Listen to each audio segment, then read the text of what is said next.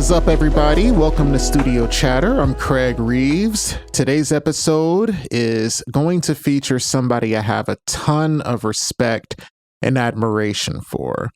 And that is the English producer, musician, and software instrument developer, Imagiro. Imagiro is one of the most successful young producers in the chill beat scene and has worked with talents such as Blue Wednesday, friend of the show Bad Snacks, Delayde, Charlie, and so many others.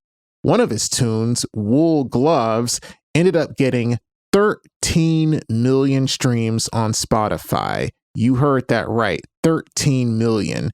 You bet I'm going to ask about that. I'm also going to ask him about his VST plugin called Imagiro's Piano, which has become one of the most widely used independently released software instruments today. How did he go about creating it and why? Does Imagiro plan on creating more plugins for us to use? We cover way more topics than that, but I think you guys are really going to enjoy this one. So here we go. Imagiro, how are you? I am great. Thank you for having me on here. I'm excited to be here.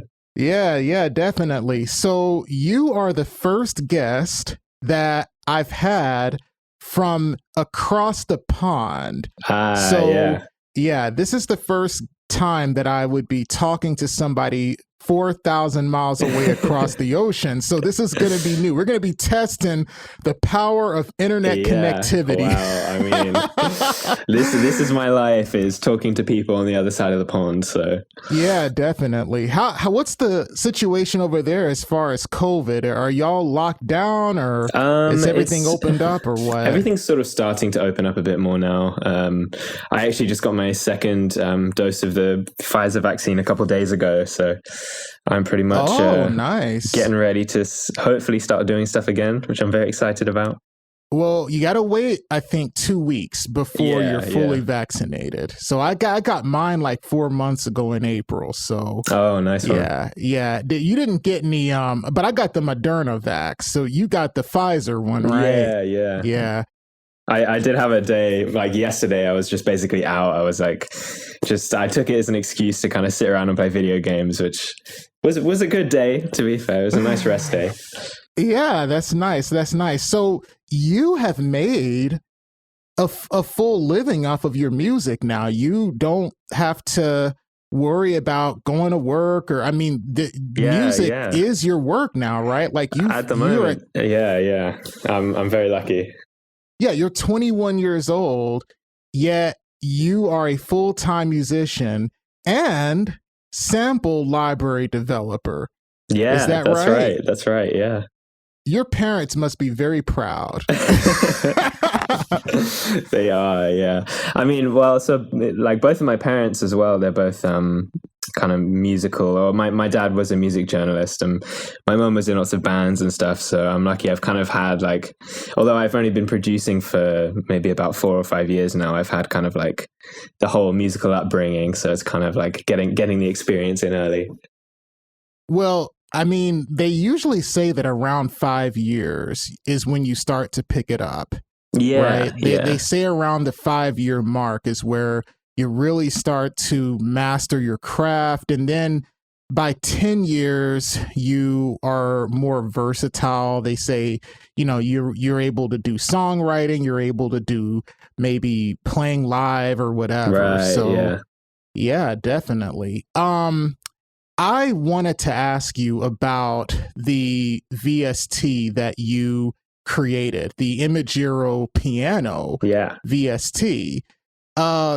I use that piano all the time in my music, and there's so many producers. Yeah, there's so many producers that I know. In fact, pretty big name producers are using your piano VST. And if you guys are not hip to Imagiro's Piano VST, you guys should check it out. It is the coolest sounding piano ever. You're not going to find a piano that sounds anything like it. It is, what is the website, Imagiro? It's VST. VST.imagiromusic.com. Okay, so is that how you say your name, Imagiro? Is that how you say it? Well, so it's not a real word. It's the word origami spelt backwards, which I know blows people's minds whenever I tell them that the first time. But basically, because it's not really a real word, I'm kind of lenient. Maybe I should be more kind of like enforcing one way of saying it. But I think technically it makes more grammatical sense to say Imagiro rather than Imagiro. But I don't know. That's just the way it's always been in my head. In my opinion, Imagiro sounds cooler. Yeah. I don't know. Imagiro just sounds wrong to me. I'm not really sure what it is. But everyone always picks one or the other. I don't really know what it is, but.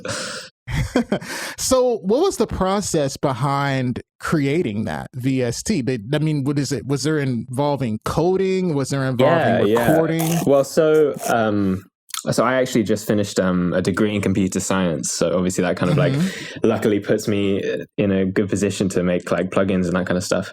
But basically it just came out of a place of sort of want for me. So I grew up playing the piano at my parents' house, and they have this upright which we actually got from my old primary school. So in England, there's basically, you have primary and secondary school. Primary is like up to when you're about 11 or 12, I think. And so my primary school, they had this piano, and it had been there for years, like since the school had started pretty much. And they were buying a new one because I think they just, wanted a new piano. Or actually, no, I don't think they needed this one anymore. They didn't have space for it. And so they put up a post, and they were like, hey, anybody can have this piano for free. All you need to do is like get it out of the school, like pay someone to take it to where you are. And we just moved. A free piano? I know. I've never heard of that before. Yeah. That's crazy. Yeah. And the amazing thing is, so we just moved to England. I actually grew up I lived in the US till I was about 7. And it was maybe a few months after we moved there. So it was absolutely crazy coincidence. But yeah, so we were like, yeah, let's take it. And we lived just 15 minutes up the road, so it wasn't difficult to get the piano. And so, yeah, I sort of grew up practicing on that. And then I went away to uni. So I started my uni about 3 years ago, my university, like computer science course. And then when I came back for the summer, like I spent the whole time at uni, like getting better at producing. And I was like, oh, wow, now I have this piano that I can just use. And I was having so much fun with it. And then I had to go back away to uni after the summer ended. And I was like, oh, I want to take this piano with me. So I was like, oh, okay, I'll sample it. And I just turned it into like an Ableton rack. And, that was pretty good for a while. And I was like, I wanted to give it to people in my Discord server, just as like a little treat for the people who were kind of like good fans of my music and stuff. And so I put the Ableton rack out, and basically people were either using Ableton or they were using FL Studio. And so that kind of alienated half of the people because they couldn't download it.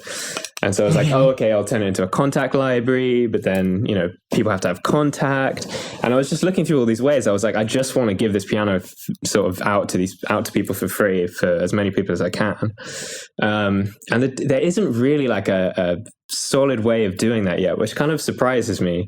That there's things like sound fonts, which are not bad, but they're kind of sound font. Oh boy, that I didn't even know you were old enough to remember sound fonts. Well, exactly, and that's the only sort of cross-door sampling solution that I can even find. Yeah, I don't think I messed around with sound fonts. Like, oh boy, it's been years.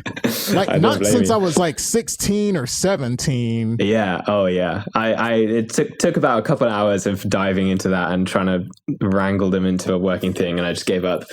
And I was like, I'm doing this computer science degree. I should just make a plugin. So I kind of just looked into it, and I got this framework. There was a framework called Hise, which someone made, HISE. And it's almost like Contact with an export to VST button. I mean, there's a lot of more like little technicalities, and you kind of have to have a bit more knowledge to kind of get everything up and running. But it was quite amazing. It really simplified everything. So when you say knowledge, you mean like programming knowledge, right? Yeah, and kind of like all the stuff. So say you have this plugin, right, and you have it working on your computer. the thing which a lot of people forget is like then taking that and making it work on someone else's computer. That's a whole nother thing. Like maybe they're on Windows, you're on Mac, and you got to install things and make installers and all that stuff. And all of this was just around the time that Apple they just made a new update where basically you had to subscribe to their $99 a year developer program just to get stuff running on Macs. So I had to like work through all of that. But is it available as audio units as well, or is it just VST? Oh, it is. So you had to program it for audio units and VST. Yeah. I mean, luckily there's some really good frameworks now. One called Juice, especially, which kind of like does all that stuff for you, and you just have to write the code once. Yeah. So for the brothers and sisters who don't have programming knowledge, I think most people know that you and I both are software developers. In fact, I just came back from work as a software developer. Right. Yeah. So for people that don't know, a framework is basically kind of a way that makes it easier to create software. It does a lot of the work for you. You don't have to do a lot of the technical kind of intricate stuff. You can kind of focus more on creating the actual stuff you want to create and not have to worry about the stuff that is like complicated number stuff. So that's kind of the idea with a framework. So go ahead. Yeah. Well, exactly. It's like if you wanted to make a window pop up on the screen, you got to talk to all the different bits of hardware, and there's other bits of code doing that for you, but you only have to show the thing on the screen and it does it for you. Exactly. It just makes it easier. And yeah, so I ended up with this plugin, and I just kind of tweaked around with it for ages and made it feel good. And I mean, I think that the reason that it was great for me to work on, and it was really fun to work on, was because this is something that I wanted as a producer and as a programmer. So it was like fun for me to use. And then that way it kind of propelled me to kind of find things that I wanted to, like, I wanted it to sound like and wanted it to feel like and all that kind of stuff. I think the best plugins as far as, and also the best sample libraries as well, come from things that you use yourself. I remember the Count, the Count, who's a phenomenal producer and sample library designer himself. He was talking about, he doesn't ever put anything out unless it's something he uses. So he will, before he puts out any sort of sample pack, he will create songs with that sample pack to see if it's something that could be used. Right. Yeah. That totally makes sense. Because I hear your piano in your music. So it's not like you're selling something that you yourself don't use. Yeah, exactly. Yeah. I do sometimes feel like when I'm making a song, I'm like, oh, I feel like I legally have to put the piano in there somewhere. Because it's kind of become part of your sound in a way. Exactly. Right? And it's like, if I can't use it, then how am I going to expect anyone else to be able to use it, Absolutely. Is there any plans on creating another VST, perhaps a guitar? Absolutely. Yeah. I've been sort of busy doing my degree. And now that I've finished it, I'm sort of putting pretty much my full effort into plugins and music. And so, at the moment, I'm just kind of building up some kind of frameworks and, essentially, the way that I made the piano, it relied on a lot of other people's code and things that other people had done. And instead, what I'm doing is rebuilding all of that myself to kind of give myself a lot more control and a lot more power over kind of little tweaks and little mini optimizations and all that kind of stuff. And also just to get familiar with how programming a plugin really works, because this is kind of the first time doing this for me. And so, once all that kind of stuff is done, I'm just going to start rolling out a few more plugins. Was it C++ you used, or was it some other language? Okay. Yeah, definitely. So you had a collaboration recently with somebody who was on this show not long ago, Bad Snacks. She did a remix. She did a remix to a record that you and Charlie did called Boardwalk. How did that feel, having Bad Snacks do a remix to this song that you and Charlie created? Oh, that was absolutely amazing, honestly. It must have been an honor, right? Oh yeah, complete honor. I mean, it was amazing, really. Like, me and Charlie we made this little track together and sent it over to Memoir, the label. And I'd already sort of been, I'd submitted some stuff to Bad Snacks feedback streams, and I kind of sort of talked to her just a little bit. But then we sent this remix through to Memoir, and they were like, "Oh yeah, we're doing this remix sort of compilation, not compilation, but like a series, I guess, where we release a song and then release a remix of it a few weeks later." And they were like, "Oh yeah, we can get Bad Snacks on there," and I'll be like, "Oh yeah, that'd be amazing." And then I never really I never sort of reached out to Bad Snacks and talked directly about it until she posted like a little clip of it on her Instagram story that she'd been working on. And I was like, "Oh my gosh, this sounds incredible. I can't wait for this to come out." And then, so they must have known that you were a fan of Bad Snacks. I mean, I think we're sort of roughly occupying similar music territory anyway. But I mean, because it was their idea for the collab to happen, is what it sounds like to me. Yeah, and it's funny that kind of most of the communication was all kind of abstracted behind this record label, but which is why I would love to kind of do a more kind of in-depth, slightly more personal collaboration with Bad Snacks in the future. Hey, you know what? You hear that, Bad Snacks? Imagiro's putting it out there, and it's something that I want to see too. I mean, the thing is, I felt like the track that Bad Snacks created, because it feels like a combination of her sound and yours, and that to me, I think would be a really cool combination. Now, speaking of collabs, you have a record that you produced for an artist named Mako called Cinnamon Mouth, and I actually heard the record. You produced the record. The artist, I think it's a rapper. From what I heard on that song, he was rapping. Is this the first time that you've produced an artist, or have you done it before? Well, so this one and another one, there was another song I produced for an artist called Ambynt, Ambynt. But both of these were actually just like little beats that I made on my OP1, and I posted them on my Instagram. And and then Mako messaged me and was like, I think he actually emailed me and was like, "Oh, I'm looking for producers for stuff." And I was like, "Oh yeah, I have these beats lying around," and I just sent them over to see if he liked any of them. One of them was just this one, like pretty much straight from my OP1. There was like some EQ on there, maybe. That's it.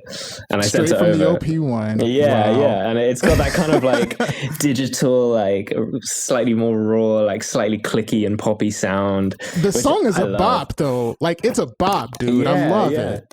Oh yeah, it's really cool hearing. I don't know, producing for other people, especially because the kind of music that I'm working on more recently has been all vocal based, so with my own singing, and so like having that sort of triple of releasing instrumental music, releasing music where I guess I'm essentially producing for myself, and then releasing music where I'm producing for other people. It's like all of those three have their own little quirks, and it's great to kind of dip my feet into all three. It feels different, doesn't it? Like when you're producing for artists versus kind of doing an instrumental track. Yeah, exactly. Yeah. Me and Dressage, who I had on a couple of weeks ago, we were talking about that very thing, that it's a very different process producing for an artist, because the idea is that you have to highlight the vocal, right? Because like when you're producing an instrumental track, what you're doing is that you're basically the only thing going on the track. I mean, it's kind of like you have control over pretty much what the listener is supposed to be paying attention to. If you want the listener to pay attention to a flute that you've got, you can do that. If you want the listener to pay attention to some guitar line you have, you can do that. But when it comes to producing for an artist, you don't have a choice. It's the artist that has to be the focus of the song. And in my opinion, you know, a beat is supposed to complement the vocal, right? My approach whenever I'm producing a vocalist is I want to make that artist sound like $1 million. That is my job. If I ever get somebody tell me, oh, wow, I just heard this record you produced for this artist. Man, that beat is fire, dude. That beat is great. I know I failed. Right. You've kind of stolen the show.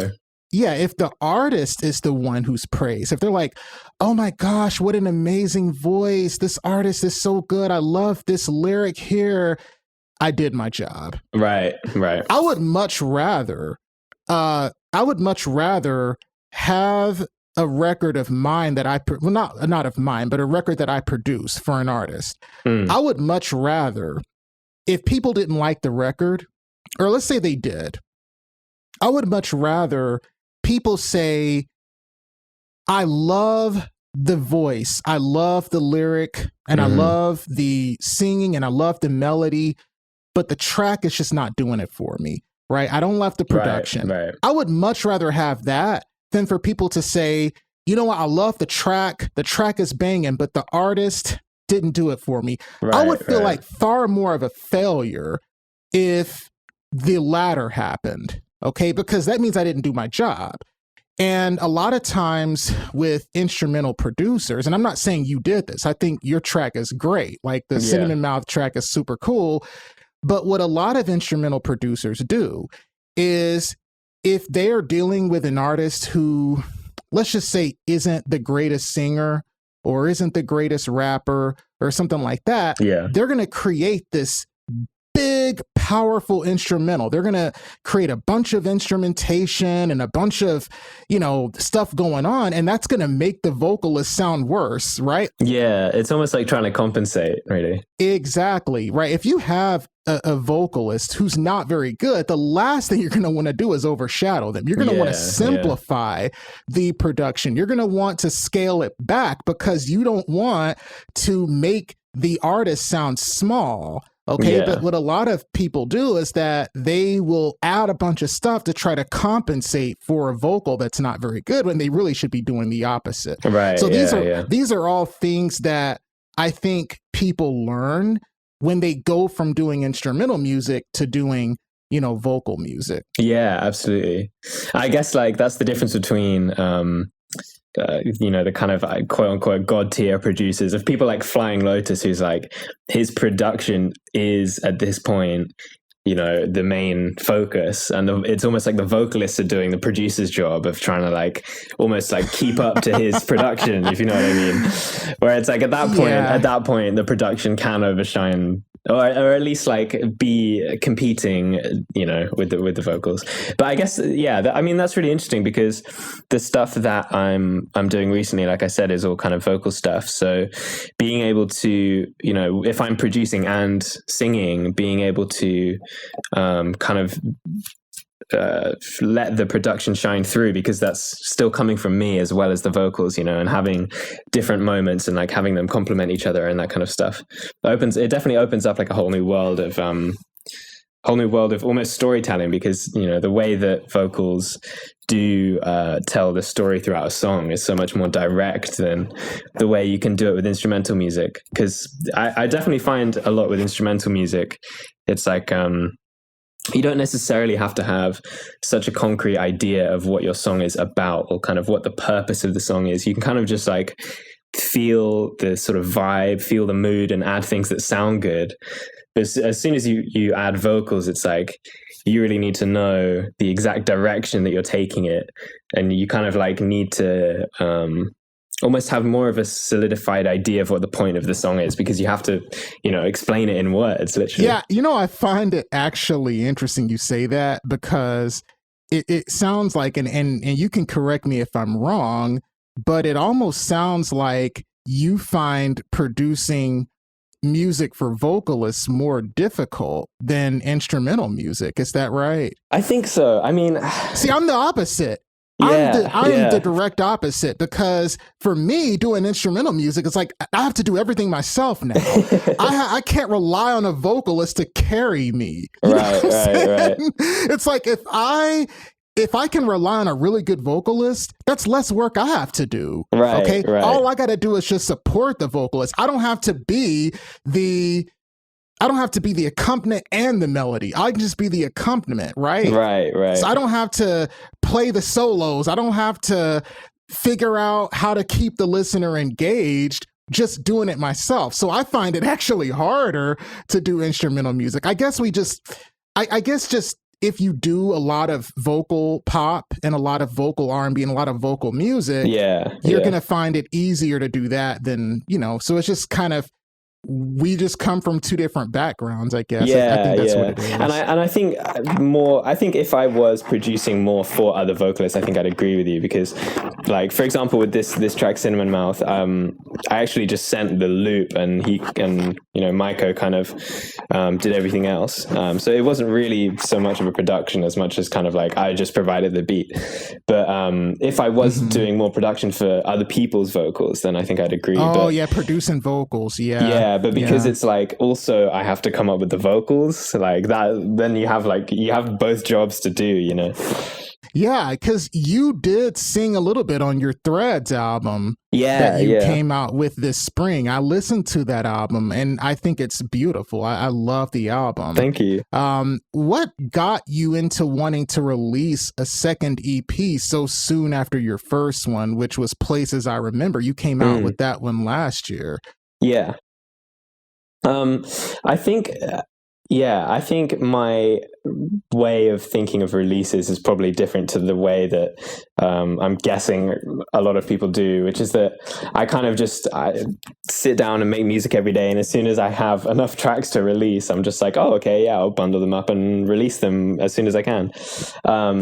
But yeah, I mean, that's kind of how I've been thinking about it up till now, which is why if you go to my Spotify page, it's just like littered with tons of singles, because I just love like make a track, put it out as soon as you can, move on with your life. That's actually a good idea in today's climate. Yeah, exactly. And but at the same time, I think what I've kind of been doing is all of my favorite tracks I've been kind of hoarding and waiting for something to build up, and now trying to sort of turn those into an album as a much more finished product.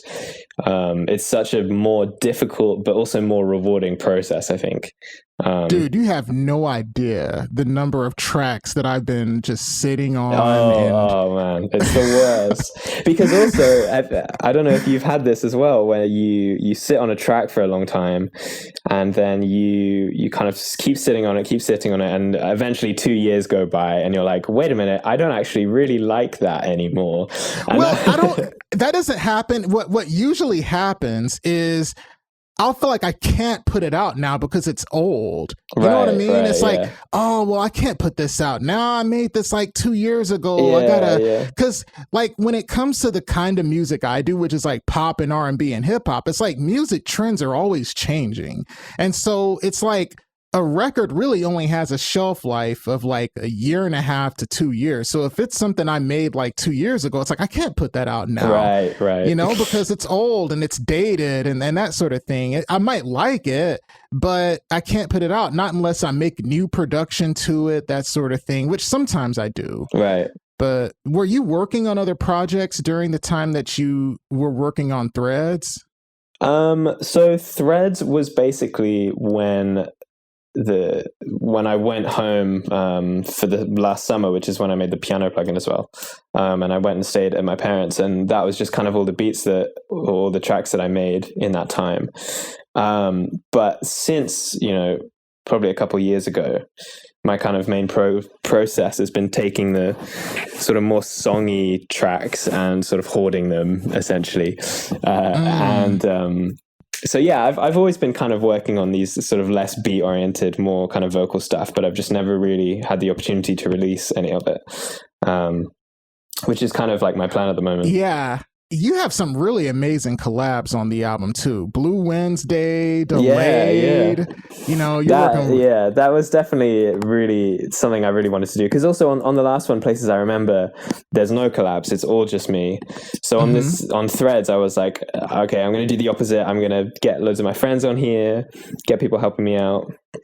But yeah, were you able to get those collabs? Did the label help you? Because it was released under Hip Dozer. Yeah, that's right. Well, I actually, I'm lucky enough that just over the last few years, I've kind of managed to become friends with a lot of these people. And so, for example, the Blue Wednesday collab, I wrote this guitar part. It's the guitar part that comes in after there's kind of a dropout, and then this guitar comes in. And I made that it was actually for a Kenny Beats beat battle, on his Twitch streams.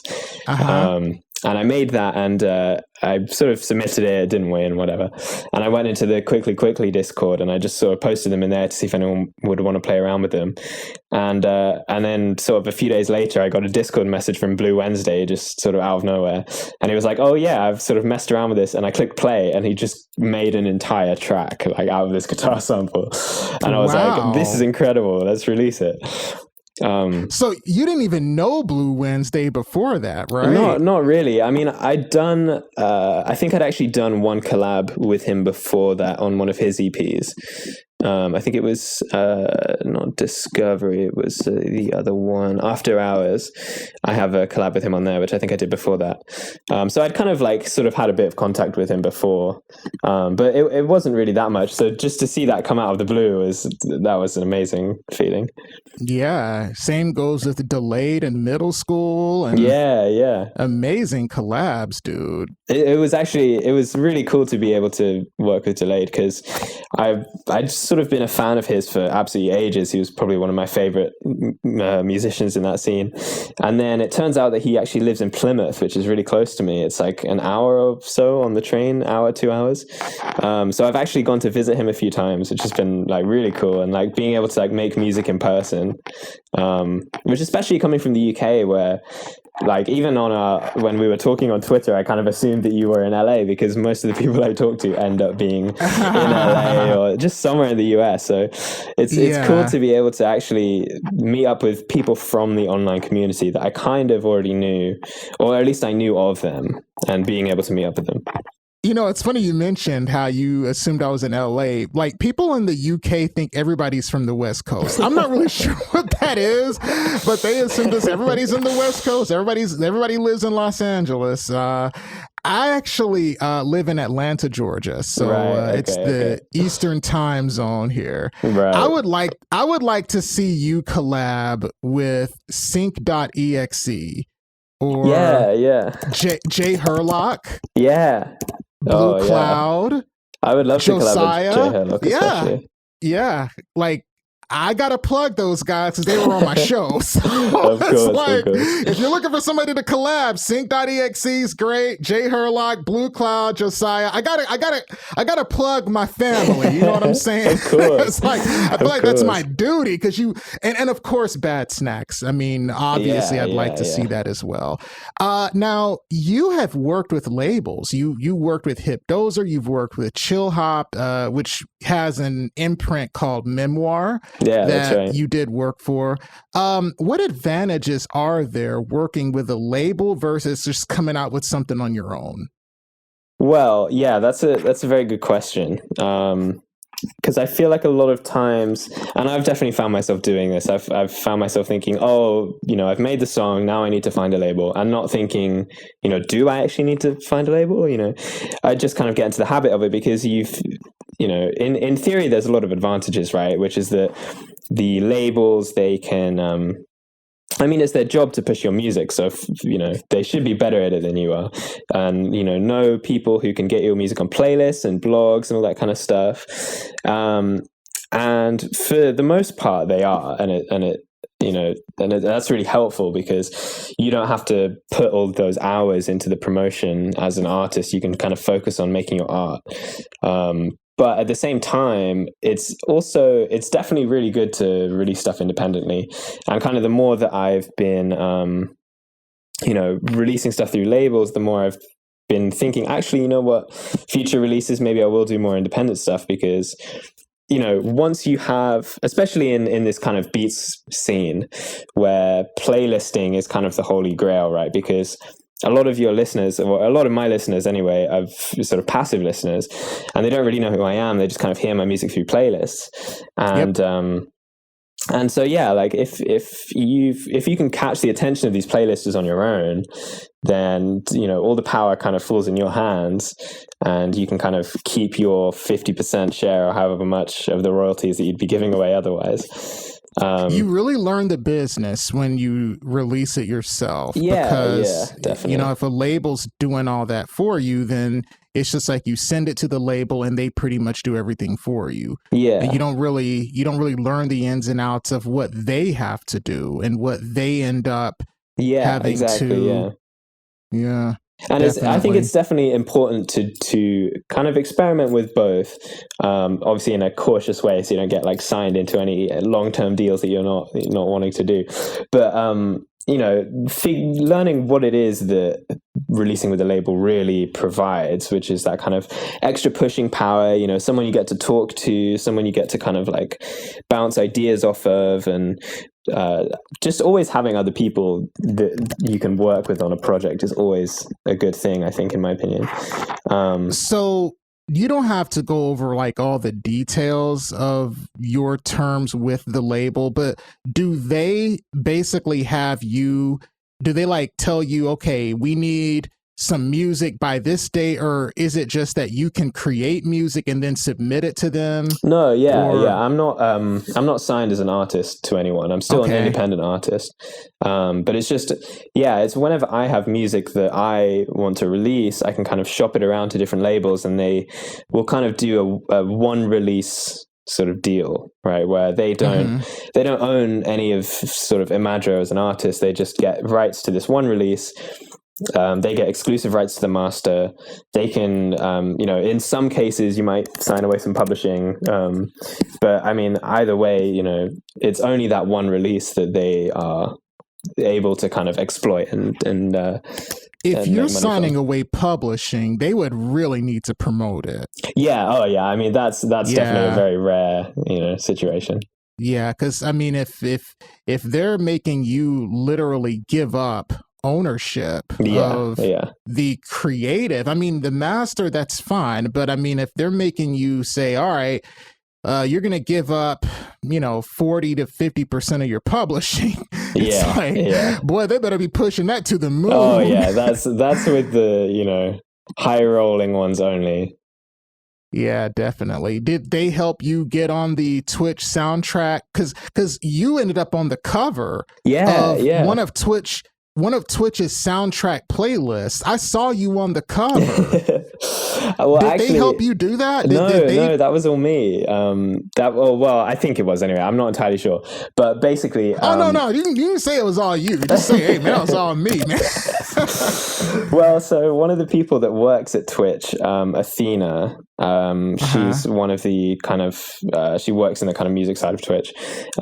She has a radio show on Twitch. I mean, this is all my theory of how I got on there, but she has a radio show on Twitch, which it's called Signal Scan, I think, where you can kind of like submit music and they'll kind of listen to it, and I submitted my music and Athena really liked it, and so I'm guessing that because she was kind of she CC'd into the email that I got, so I'm guessing that that through that is what kind of put me on their radar. Oh, nice. So that was really cool. That was you just grinding and knowing people and and putting yourself out there. Yeah, definitely. So we ask this question every episode. Now, you are actually a fan of this podcast. When you said that, I was very flattered. All right. So you know I'm about to ask you, what is your origin story? How did you go from a little kid coming back to class from the principal's office to the great producer we see today? I don't know if you ever got in trouble in school, but oh yeah, of course I had my fair share of naughty things. I managed to hack the entire school system at one point, but that's a story for later. My origin story. Like I said at the beginning, my parents were both sort of musical. My dad was a music journalist. He's actually credited with coining the term trip hop. Funnily enough, which is pretty cool. But yeah, so I was always listening to music. My dad's really into the Beatles and stuff, so I was always listening to the Beatles. I was always listening to, Rolling Stones, that kind of stuff. And then when I was 7, I started doing piano lessons. And then that's kind of when I moved to the UK. I carried on doing piano lessons. And the way that like learning an instrument works in the UK, which I think is really interesting, is that you have these grades. It's like this grade system where it's 1 to 8. So grade 8 is the highest, and you can basically take exams to earn your grade certificate. So you can do your grade 1, grade 2, grade 3, so on. You can actually skip them. I think I skipped grade 6. Show off. Well, I spent twice as long doing grade 7. My piano teacher said that I should do that. I don't know why. Just made the grade 7 exam extra stressful. But so yeah, I think that even though they do put pressure on, but you kind of end up, because you have to learn pieces, you have to do sight reading, you have to do chords and scales and that kind of stuff. So I think you do end up with a bigger repertoire, if anything, at the end.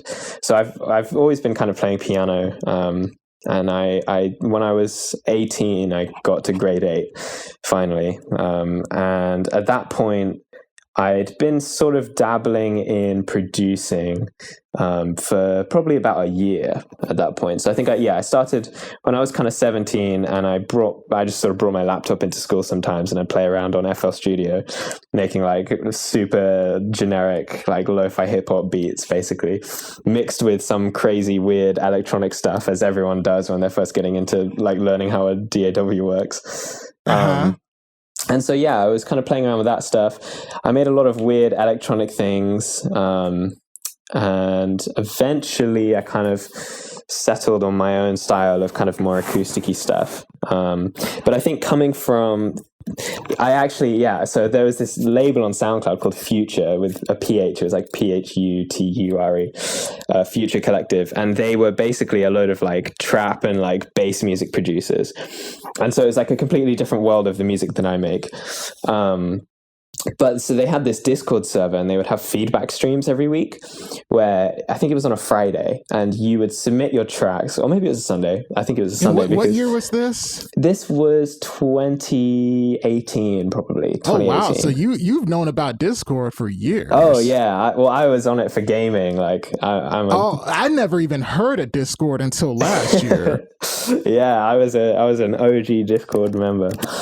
But yeah, so I was on this Discord server, and we do the feedback streams, and it was great because it would kind of give you a goal of every week. If you had something, you could kind of like show it off to a load of people, and they'd give you some like helpful feedback. And it was all these bass music producers, which was great because I got really good at producing, because obviously people who were producing like bass music, they know how to use a DAW, right? They know how to do sound design. They know all that kind of stuff. So it really like propelled me. Bass music is hard. Yeah, it's really difficult. It's very technical. You have to know all kinds of stuff. And so I think a lot of producers now who are kind of making, like Quickly is a great example of people making this kind of like more sort of standard songwriting-y stuff. There's a whole group of people who are coming from this like bass music and trap and like really intricate sound design stuff, and bringing this like wealth of knowledge to all these other genres, which I think is really cool. And so that's kind of like my whole ethos, is basically making more traditional stuff and maybe more folky kind of inspired things, but then bringing this new element of sound design and all this crazy stuff that people are doing, at least something to every track, you know. Nice. So your parents are American, right? Yeah, well, my mum's American and my dad's actually from the UK, which is why I'm here. So. Oh, okay. You had mentioned that you started off using FL Studio. Yeah. Now, most people that I talk to, they started off using GarageBand. Oh, yeah, so you and Magda Helena started off with FL Studio. Yeah, that's very interesting. I probably had in all honesty, I probably had about a month of using GarageBand, but I wouldn't even count that as properly. I think it was like happened to just be already installed on the computer, and I opened it up a couple times. But when I downloaded FL Studio was when I like actually started sort of more taking it seriously. So you now use Ableton Live. Yeah, that's right. What made you switch? I think it was the workflow for me, because the way that FL Studio works is you make these loops and then you kind of like paint the loops into a pattern to make the full song. And what I found with that is it would make my music much more repetitive than I wanted it to be, just because if you wanted to have one little variation at some point, you could do it easily, but you'd have to kind of make a new loop for it. And it didn't really make sense to me. And I would always kind of envy in Ableton how you could just go to that one specific point and just edit that one note in that place, and it wouldn't change it in all the other loops and all that kind of stuff. So that was really the main reason at first why I switched. But then after I had switched, I was like, oh wow, there's so much sort of sound design things that you can do here. The workflow is completely different. But yeah, I mean, they both have their perks for different reasons, but what's cool about Ableton is that it gives you options, because you can go into the session view, you can work that way, and you can go into the arranger view, you can work that way. Yeah. So it gives you options. And plus it comes with a lot of plugins too. Like if you get the suite, it comes with a lot of stuff. Yeah, packed definitely. with it. And I mean, it's expensive as hell, but it comes with a lot of stuff. Although saying that, actually, I think when you get into the depths of FL Studio stock plugins, there is like a pretty, like almost like parallel potential to Ableton. Like for example, one of my friends, Laxity, he uses pretty much only stock FL Studio plugins, and he's making some of the best music that's being made today. So that's kind of blowing my mind. Yeah, Laxity is crazy. Yeah. So good. I mean, Laxity he's a great producer. I hope to get him one day on this show. I'd love to interview him. So what instruments do you play? You play piano, you play guitar, you sing as well. Do you play anything else? Well, so those are the ones that I would sort of formally say I play. But I actually got a mandolin recently, so I'm trying to learn a bit more on that. Man, that's a beautiful instrument. Yeah. It is a beautiful instrument. Yeah, and it's great as well, because a lot of instruments, it's hard to get a nice high end, but with the mandolin, it's really a good way to kind of add some high end in your track. So that was kind of the main reason that I got it. So now I've got to actually learn how to use it. Wool gloves. I go on Spotify and I look up Imagiro. Yes. Wool gloves. 13 million streams. 13 million streams. Yeah. I'm going to say that again. Imagiro has a track, y'all, that has gotten 13 million streams on Spotify. That is insane. That is more than anybody I've interviewed on this show, at least as far as I can tell, right? I think Dressage was at 7.5 million with the track she did with Jai Wolf, but 13 million? How did that happen? I mean, so that was basically completely due to Chilled Cow, who are now going by the name Lo-Fi Girl. So they're the people, for anyone that doesn't know. I think most people know who Chilled Cow was. If you don't, you know who the Lo-Fi Study Beats to Relax girl is. Oh, yeah. And so they kind of started that whole thing. And for a long time, they didn't release music like as a label. But when I released that track, they were just starting up as a label. So I managed to basically get in on their very first compilation. And so they now have the biggest lo-fi beats playlist. It has like almost 6 million followers, or it's something absolutely ridiculous. It's crazy. Yeah. And so, it's kind of a weird one, because I made that track in like 45 minutes and it just doesn't, it's hard. It doesn't feel like it fully represents my music, but I know that there's no way I'm going to overtake that. How old is that track? That's a good question. If I could take a guess, I'd say maybe 2 years. 2019 is when it came out, but I think I made it probably 2018-ish. Oh no, it would have been early 2019. Yeah, because it came out in December. 13 million streams, which means that's enough to buy a value meal at McDonald's with the way Spotify pays out. Just about. So, like, what do you think about what's going on with, have you heard about the stuff going on with them with the lo-fi playlists? Oh, yeah. Where like Firefly Entertainment AB dominates the playlists for lo-fi? Mean, I think what's obvious is there must be some kind of, something going on. You know, I don't want to be tinfoil hat, but yeah, exactly.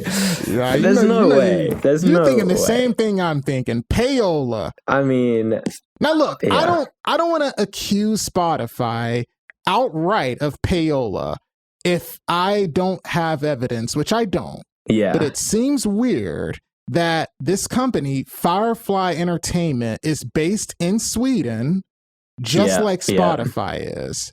I mean, this is the crazy thing about just music culture in general right now, is that the livelihood of so many musicians, so many, especially indie musicians who are the ones in the most precarious position, it's being funneled through like a room full of people who are the playlist editors, right? They have the power over all musicians almost at this point. No, but hang on, Imagiro. They're not the gatekeepers. They're just what do they call themselves? We're just letting people know about this new music and submit your music to our playlist, and maybe you can get on there. I'm just going to put my PayPal address here for no reason. Yeah. No, I mean, it's a meritocracy after all. I mean, if Firefly Entertainment AB, it's just they're just so much more talented than everybody else in the world. I mean, clearly. I mean, look, I don't have a problem with the concept of playlists, right? I think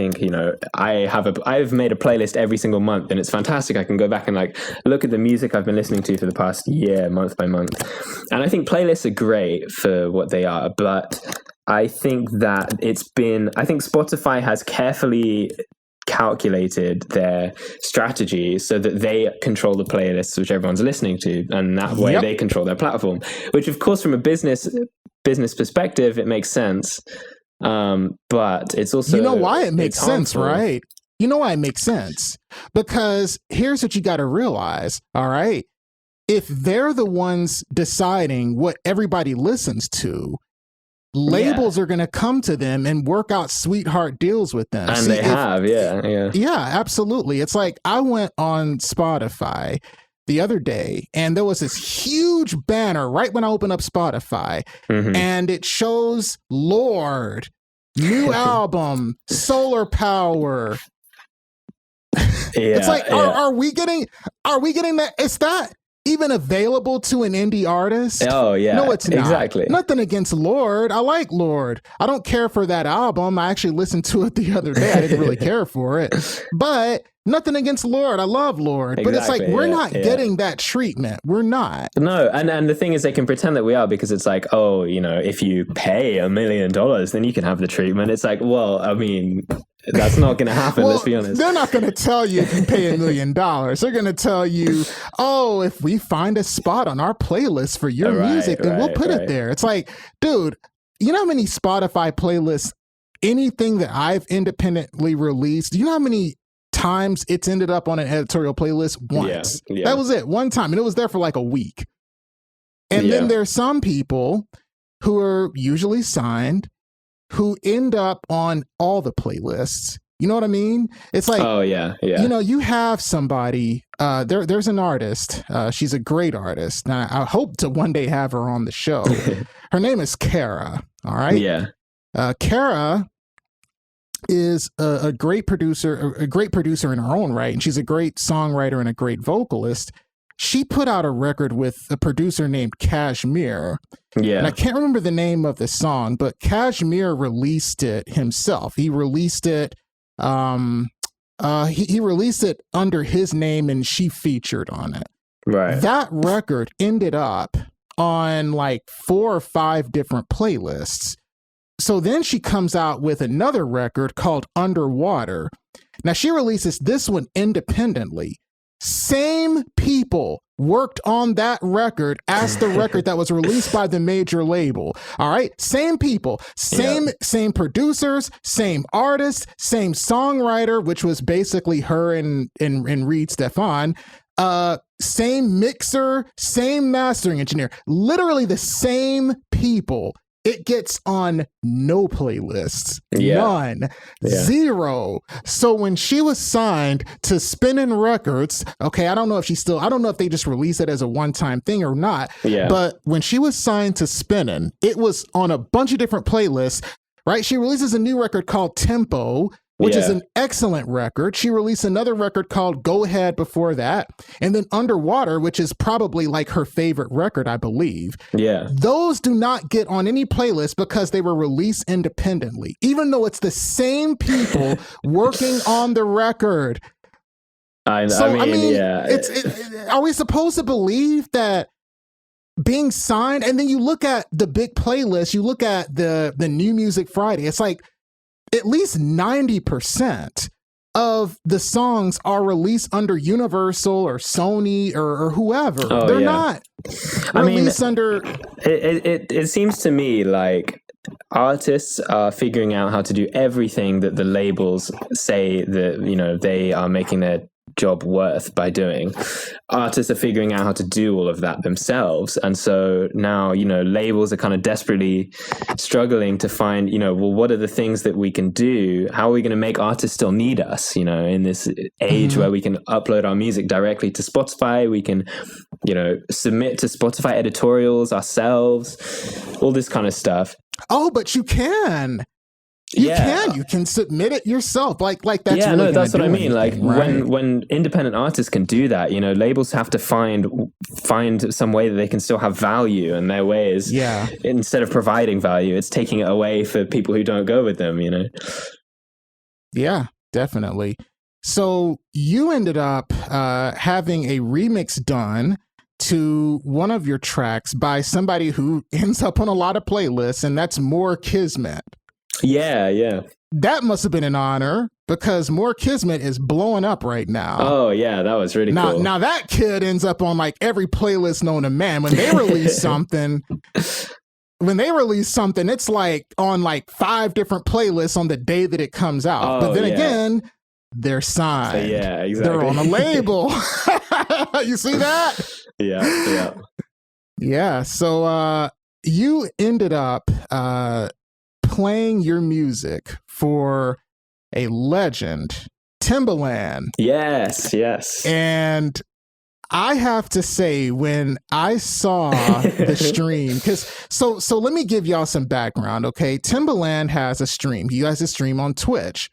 And all they do, like sometimes he'll do beat making videos, like sometimes he'll do production streams. But most of the time, what he does is he and his colleague, I assume that's like a co-producer he works with. I think so, yeah. They will listen to submissions from various producers.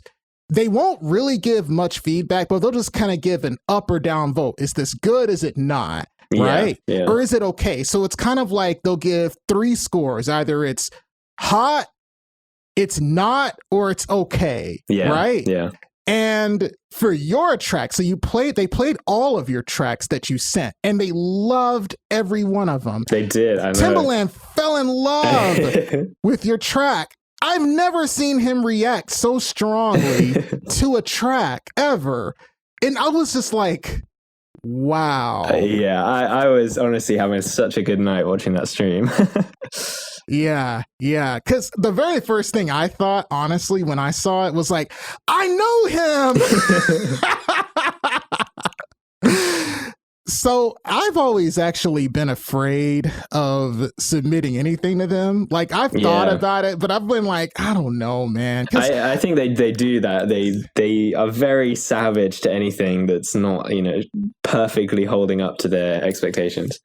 Well, see, it's not even that, but it's like, I don't know what they like. Like, I have been to Timbaland's stream a bunch of times, and I still can't figure out what he likes. Like, a lot of the times, I can figure out what somebody's looking for, and so I can give it to them, okay? but for him, I can't figure him out because like there's things that I've heard that I didn't think were very good that he really liked. Yeah. And then there were things that I thought were not bad at all that he, said, "Plank you very much." Because that's kind of his saying if he doesn't like it, right? He'll say, "Plank you very much." And it's kind of like walking the plank. It's weird. It's an inside joke, I think. But yeah, I mean, has anything come from that or what? Not really. I mean, I've tried to chase him up, but I mean, hey, I've got 1,500 followers on Instagram. There's no way I'm going to get through to Timbaland. So there's only so much I can do, but yeah, I'm just taking it for what it is. It's definitely an ego boost. That's for sure. Yeah, exactly. I'm very much content with that. So do you have any future plans for a new album? Yes. So that's what I'm doing at the moment, what I was pretty much working on all day today, actually. I have a load of tracks which I'm fleshing out. They're all fully vocal tracks. Oh, nice. Yeah, I'm really looking forward to it, honestly, because this is kind of what I've been wanting to be as an artist kind of for most of this time, and now I've kind of actually reached the skill level where I can actually do what it is that I'm really hearing in my head. Yeah, you have a nice singing voice. You really do. Thank you. I can't wait to hear it. Now you have a Twitch stream yourself. Yes, and I do want to point that out. I want to point out that Imagiro has a Twitch stream that you guys definitely need to follow.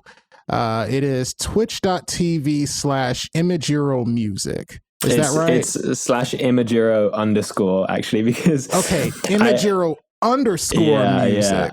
Yeah. No, just twitch.tv/Imagiro with an underscore at the end, because okay, got it. Yeah. I'll give you the link and you can put it in the YouTube description. Yeah, it'll be in the description, guys. Yeah, the best way. I always post the link on my Instagram. But basically, I had the /Imagiro, and someone basically hacked into the account, and then I couldn't prove that it was me. So I have both of the accounts, which is infuriating, but I can only get into one of them. Yeah, so all of Imagiro's links are going to be in the description if you're listening to this on YouTube, guys. Imagiro, this has been great. Thank you so much for coming and doing this with me. I had a blast talking to you. Yeah, thank you so much for having me. This is the first time I've done a podcast, so I've really enjoyed my experience. All right, everybody, that's going to do it for this week's episode of Studio Chatter. I'll see you guys next week for another episode.